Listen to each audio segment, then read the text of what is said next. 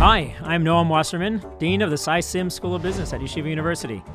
I was a longtime professor at Harvard Business School, an entrepreneur, and a venture capitalist. I wrote the bestseller, The Founder's Dilemmas.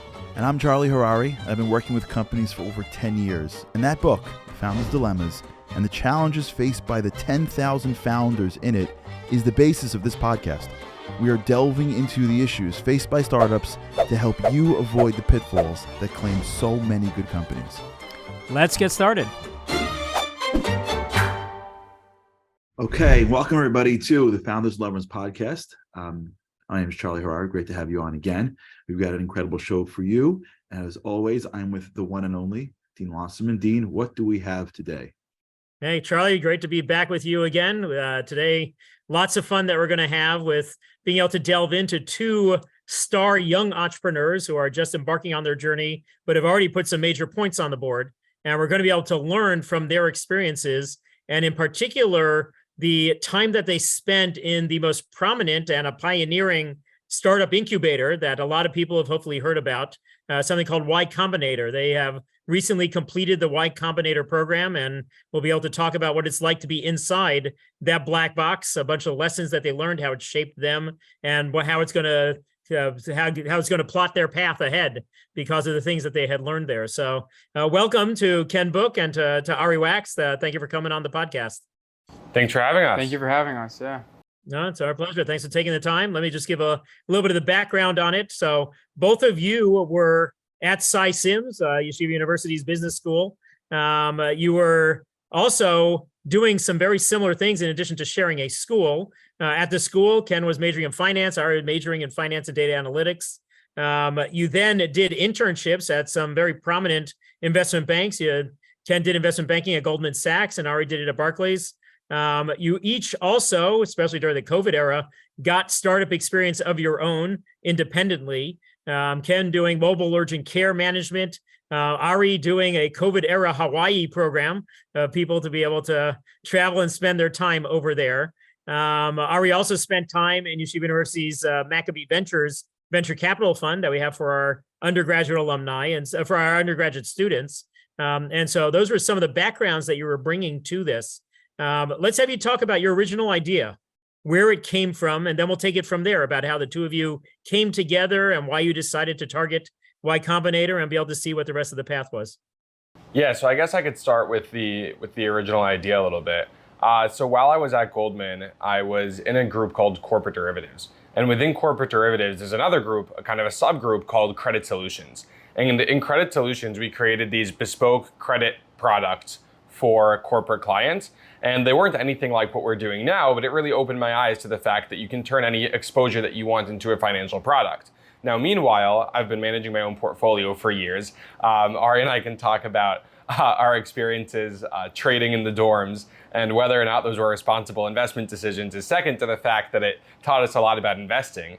And when I was at Goldman, I realized YouTube started doubling ads. They started showing one of two ads before you could skip. And then they started showing mid-roll ads and videos. And if you think about it, YouTube just 3 or 4x their revenue and nobody really bat an eye. So I wanted to invest in YouTube. But the problem is that YouTube is owned by Google. So you can't invest in YouTube without investing in the rest of Alphabet, which is this huge conglomerate. And so that was kind of the original idea. Brought it to Ben and got Ari on board. Maybe we'll talk more about that. But yeah, it was creating a way to invest in YouTube, but not investing in the rest of Google. Okay, so that was the inception of the idea. And the two of you come together. Why did you find each other? How did you find each other? And also, just given the backgrounds that I was just going through, you guys sound very similar to each other. Plus, minus the similarity, were you worried at all about the similarity being an issue? And so I guess I can start with how we came together, and then Ari can take it from there. But I went to Ben. Ben was a quant in the same group that I was a banker in, and so he's less similar based on the background you gave. And then we brought in Ari, so he actually said, "Who else have you told this idea to?" And I was like, Ari, because I didn't want him to think that I was the only one working on it. I hadn't told Ari about the idea yet, and so I called Ari to tell him about the idea, and I guess you could take it from there. Yeah, Ken called me, and then I was in the thick of recruiting for banking. I didn't get my Barclays offer yet. I had a bunch of super days lined up, and I was working in Maccabee Ventures that summer, and Kenny calls me and tells me about this idea, and I think he's crazy. I just got back from Hawaii. I have no idea what he's talking about. And then I'm like, okay, what's your next business idea? Because we always went back and forth on different ideas. And he told me about it, and I said, oh, that actually sounds interesting. And I'm entering my final year at YU. Let's talk about it more. And like, I think a week later, I'm on a Zoom call with Ben, who I've never met and have no idea who he is, and Kenny, that he organized this whole thing, and it kind of blossomed from there. Yeah, and I realized right away that Ari, like more of our dorm conversations, and Ari, shout out to Ruben, but more of our dorm conversations, we had always been talking about Ari's sneaker bots that he ran online. Ari's incredibly entrepreneurial in a way, and he actually asked me, he's like, listen, I'm not a tech guy, like what am I going to be doing? And I think my response to him was, listen, in a startup, there are a million things to do. If we don't have enough stuff for more than 2 people, we're doing something wrong. And that's been the case, right? There's just lots to do when you have a small team. So take me through the idea, though. I'm not delve down with me into the actual idea. Yeah. So the actual original idea was to invest in segments of publicly traded companies without investing in the rest of the business. So if you wanted exposure to YouTube but not Google, or LinkedIn but not Microsoft, or Facebook but not Meta, things like that. And how do you do that? And proprietary. You don't. Okay, long answer or short answer? Is there a middle ground to long and short? So there's this type of offering called a Reg A offering, which we've moved away from, but this was the original legal structure we were setting it up with, where basically we were setting up these kind of like mini LLCs that sold a contract to someone else that basically said for every X dollars of revenue, there's going to be a Y dollar payment that you owe, like that would be the terms of the debt. And then that mini LLC would pay out all of its revenue as dividends to its shareholders. So that was how we were going to structure it originally. That's while legal is incredibly convoluted and unnecessarily complex. And so since then, we pivoted to a futures structure of offering just plain vanilla futures contracts on the revenue of these business segments. And since then, I think this is part of some of what we wanted to get into later. But since then, we've kind of pivoted to a slightly different idea. But that's how it got started. Cool.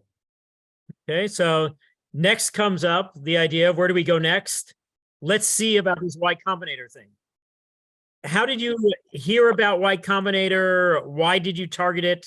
What was the motivation to pursue it?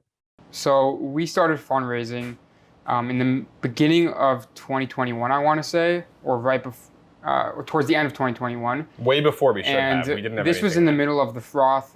It was supposedly the easiest time to fundraise. Capital was being given around like nothing. And we thought, okay, we're going to raise $5 million and, we'll be great. We're going to build the next Robinhood times 5. But that wasn't the case. We grinded for a few meetings with VCs. Most of them ghosted us after the first one. Most of them didn't answer. And this took like 6 to 9 months just to get those first couple of meetings. Yeah. We would get one meeting and we would think it went great, and then we wouldn't hear back.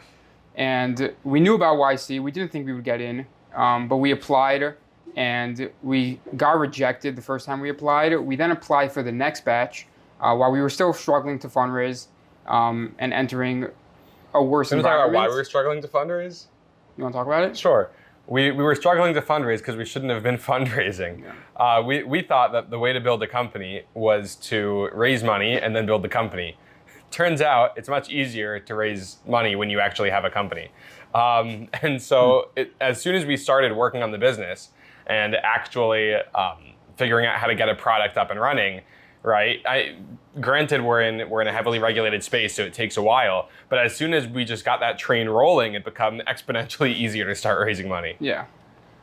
Yeah, you guys are too young to remember the days of the .com era, but during that era, you just had an idea and you said website or internet, and someone's like, that makes sense. Sure, it's an idea. Let's do that. You added .com to your corporate name, and then like. That makes sense. And since I can get one person today and the internet's exploding by a rate of X, by tomorrow I'll get 50 million people to like, that's good math. I think since the bust, I think you needed some level of a product. So better that you had something. Yeah, through those struggles, that 6 to 9 months of trying, how did that affect motivation? How did that affect your frame of mind about doing this startup, giving up the very attractive investment banking offers that you could have had? Take us through like that roller coaster ride for those months. Yeah, so at that point, I was the only one so far who had decided that I wanted to pursue this instead of banking. And that was partly because I had some flexibility because of the other company I ran while in YU. But at the time, Ben and Ari were still going to accept their offers. Ari actually did go to his summer internship at Barclays. And during that summer, he didn't work on Fluid. And then Ben actually did start full-time at Goldman for a few months until he left. And so it was definitely not great for morale. We were questioning at the time. It had been up until that point. It had been much more of a side project. We were kind of just waiting to get money. I had this other business. Ari just got back from Hawaii when it started, and then he was going to his internship. And then Ben actually was about to go on a trip with his friends for about a month in Thailand. And we were wondering at that point, like, are we ever going to take this seriously? We had never actually worked full time on it. And that's when you realized that if we were going to do anything, it had to be like now. And so we got a lot of work done, made a lot of progress, but not enough to the point where the whole team felt comfortable going full time. So I started full time, kept going until, honestly, up until we went into Y Combinator, which was that initial jolt of confidence that like, hey, look, and now we're not totally delusional. We have someone else who's typically smart saying we have a chance. And so that was really the jolt that got Ben to come on full time, and Ari by then was just finishing up with YU, so the timing worked out perfectly. Mm-hmm. Did you apply to any other incubators, or it was Y Combinator or bust? So yeah. Kenny's gonna say yes. I did not know that he applied to any of these, so I'll let him go. Yeah, I applied to everything under the sun. But on top of that, we actually participated in this startup accelerator called Crown Ventures, which is trying to back from founders in the New York area. Mm-hmm. And so you can look there in their second cohort right now. But they actually approached us while our funding sources, which barely existed, were drying up. So that if they never existed and they were drying up, that says something. And they actually approached us and offered to write us a check and have us in their program. And so that was a nice bolt of confidence and definitely opened some doors also. Mm-hmm. That was Ravio Shuaverdi's one. Yeah. Okay. No, very interesting about that first cohort and you guys being able to help them be able to break ground and pioneer that type of stuff. Yeah. Okay. Very interesting. So you get into Y Combinator. What were your first thoughts when you got the acceptance? It was. I think you were there. Yeah. My first thoughts. I think it was overwhelming a bit. It was kind of like, this is very real, and a lot of the founders in our batch and in every single batch are very accomplished, and you kind of have this imposter syndrome within you. It's like, okay, I just graduated. Like, we know we're capable, but everyone, has a PhD from MIT and was on Google's AI team and whatnot. So I think imposter syndrome was the first thing that came to mind. And then you start talking and you realize that you're more or less similar. And then we just got straight to building. I mean, everyone's pretty down to earth. They took us on a retreat. That was the first event that Y Combinator held. So we got to San Francisco. We pretty much went straight up to the retreat, and then we got to bond, and there was no work whatsoever. And we got to know our group partners, got to know our batchmates, and that kind of helped us calm down, focus, and then get building. What is the program there? What goes on one of these retreats? Yeah, so on the retreat, the program was a little different than doing the rest of the batch, obviously. But during the retreat, essentially, they just had talks. Like, right, it's a lot of successful founders who work there now as partners. So we just had talks, and then we networked or hung out with all the other founders that were there, and that was literally it. There was nothing else. There were activities. We went on a bike ride through Napa Valley. Sat in the spa. Sat in the spa. Are any of the talks? Do any of the talks? I mean, whatever the official answer is fine. I guess the question is what you're getting on the inside categorically different than what's available on the outside? Not at all. What you get on the outside, meaning if you look up Startup School, which is Y Combinator's open source curriculum that you can find online, and they have dozens of YouTube videos on, that's the exact same curriculum you're going to hear. They don't even walk you through that curriculum. They assume you've already read it and like that's what they go off of. All they do really is they give you custom tailored advice relative to the curriculum. So they'll tell you how stuff applies to you. But more than anything, I think it's just being able to ask questions to people who have gone through everything you're going through before and who have seen this hundreds and hundreds of times. And so that's helpful, obviously, but it's not like someone who watches the YouTube videos will be surprised when they come and hear totally different things. Yeah, I think it's important for those that do not get accepted to not feel that the lack of acceptance is somehow a lack of capacity. But if anything, acceptance is critical. That worked out perfectly, I guess.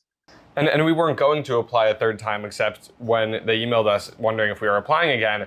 Ari, I was like, why are we applying again? Like, we didn't get in twice. And Ari was like, you should really apply. Like, how can it hurt? And that's when we got in. So sometimes they just want to see that you have continued progress and continued improvement. And you're resilient. You know, exactly. You don't take no for an and answer. you're dedicated to what you're building. I wonder, I mean, I'm sure they don't do it if this is by law has its own sort of mishigas. I wonder if by order, the answer is always no initially, just to see if an entrepreneur folds on the first no, which is probably more telling to their success than anything you hear in the class anyways. That's funny. So you're getting to meet these new people, the PhD from MIT, the Google artificial intelligence guys, things like that. What is your impression of what criteria Y Combinator was using to decide who to admit into the program? Yeah, so they're very open with what they look for. They have a few YouTube videos also about their application and walking you through it. And literally they start off that presentation by saying, if you just follow what we say here, you're going to be in the top 10% of applicants. So it's pretty open, but it's very impressive. They have it down to a science. They look for people who have a history of being productive and doing abnormal things. So if you can show that you are very productive and that you're a high achiever, that's really what they look for more than the idea. Obviously, you need to have thought through what you're doing, but that changes all the time. And probably 20% of the companies that were in our batch or something in that neighborhood have changed their ideas somewhat, if not entirely. Yeah, YC accepts certain companies or certain founders on the contingency that they change their idea. So they will not let them in unless they change their idea. And we met people who have done that. So I think they really back founders more than companies. Yeah, and there were people that they let in that didn't even have an idea. Yeah. So for them, really, it's just they want to see high achievers who they can trust actually get stuff done. And that's the age-old question of the jockey or the horse, right? What are you betting on? And interesting to see that really at that level, they're really betting on the jockey. 100%. But it's interesting because it's not like the idea is worthless in the sense that they actually had a program years ago where they explicitly tried to back smart people who had no idea what to build. And that didn't work out. So I guess you have to be a high achiever, you have to be a good jockey, but you have to at least want to ride a horse, right? You have to at least know what a horse looks like. And then if it comes to fine tuning an idea, that's one thing. But just looking for smart people who have no interest in founding a company, that's probably less of a smart move. Yeah, I think if you have domain expertise and they believe that you can build through that company, whatever that may be, then I think your odds are decent at getting in. Yeah. Okay, so in terms of being able to judge, a lot of these intangibles is a core of what you're talking about. Application, short interview, that's about all that they're writing on. How can they really judge these things well? Oh, so here's the kicker though. It's an application and it's a very short 10-minute interview. However, they say no to, I think more than half of the batch has applied twice. Or pardon if my numbers are incorrect, but it's somewhere in that ballpark. Yeah. So they have a lot of data on where you were 6 months ago and where you are now.